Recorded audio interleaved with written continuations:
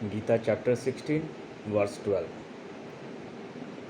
Bound by 100 ties of hope, given to lust and anger, they do strive to obtain by unlawful means hoards of wealth for sensual enjoyment. Gita chapter 16, verse 13.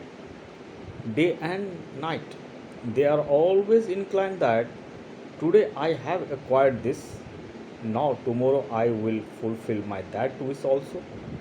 I already have this wealth, and that wealth will also be mine.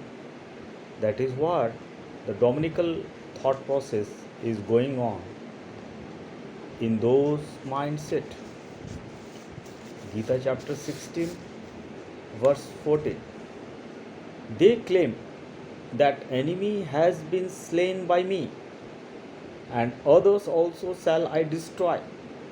I am the Lord, I am the enjoyer, I am perfect, powerful, and happy. That is what the demonical nature's people's thinking about himself. Gita chapter 16, verse 15. I am rich and well born. Who else is equal to me?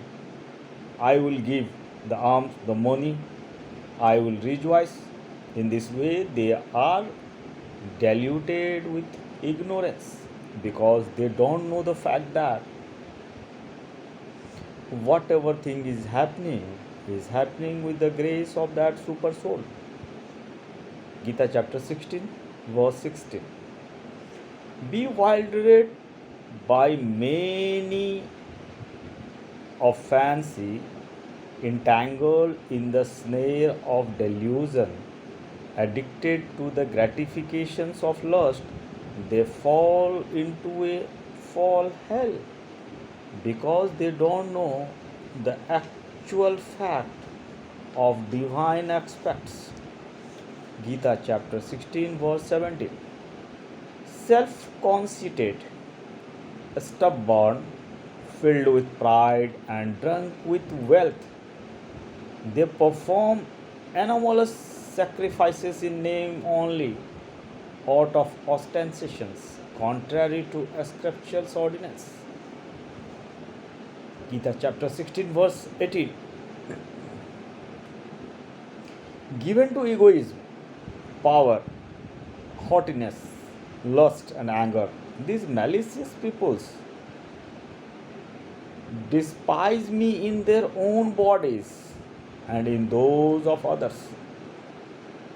Gita chapter 16, verse 19. These cruel haters, worst among men in the world, I hurl these evildoers forever into the homes of the demonic only.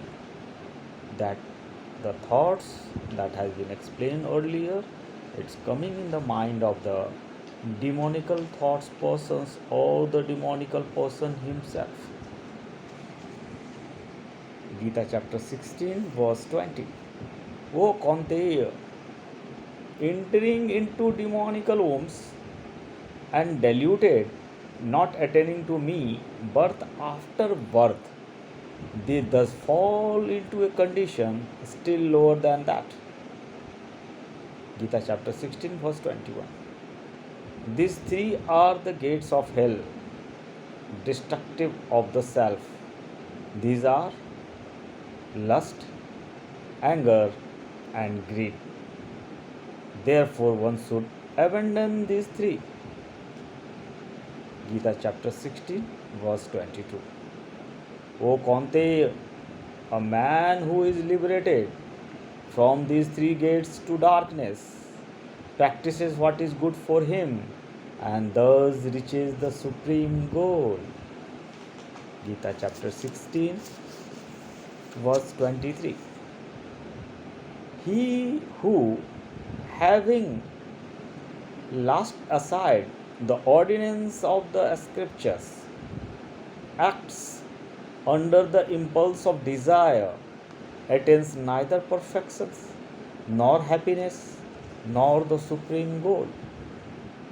Gita chapter 17, verse 24.